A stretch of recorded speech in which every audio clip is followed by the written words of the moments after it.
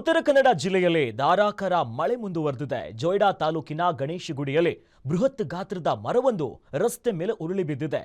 ಇನ್ನು ಬಹಳ ಪ್ರಮುಖವಾಗಿ ಅಲ್ಲಿ ಈ ಘಟನೆಯಾಗಿದೆ. ಮರ ಬಿದ್ದ ರಭಸಕ್ಕೆ ರಸ್ತೆ ಪಕ್ಕದಲ್ಲಿದ್ದಂತ ವಿದ್ಯುತ್ ಕಂಬಗಳು ಧರೆಗೆ ಉರುಳಿವೆ. ಅದೃಷ್ಟವಶಾತ್ ಯಾವುದೇ ಪ್ರಾಣ ಅಪಾಯ ಸಂಭವಿಸಿಲ್ಲ.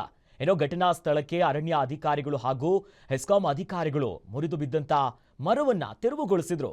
ಘಟನೆ ಹಿನ್ನೆಲೆ ಕೆಲ ಹೊತ್ತು ವಾಹನ ಸಂಚಾರಕ್ಕೂ ಕೂಡ ಅಡ್ಡಿ ಉಂಟಾಗಿತ್ತು.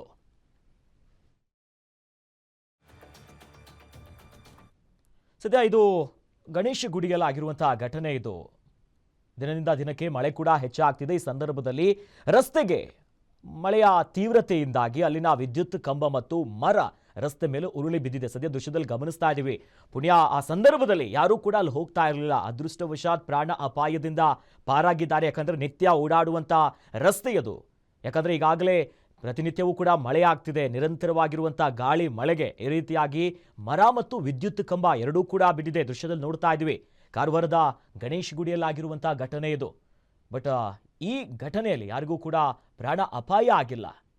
ಸದ್ಯ ಅದನ್ನ ಸಂಬಂಧಪಟ್ಟಂತ ಅಧಿಕಾರಿಗಳು, ಅರಣ್ಯ ಅಧಿಕಾರಿಗಳು ತೆರವುಗೊಳಿಸಿದ್ದಾರೆ.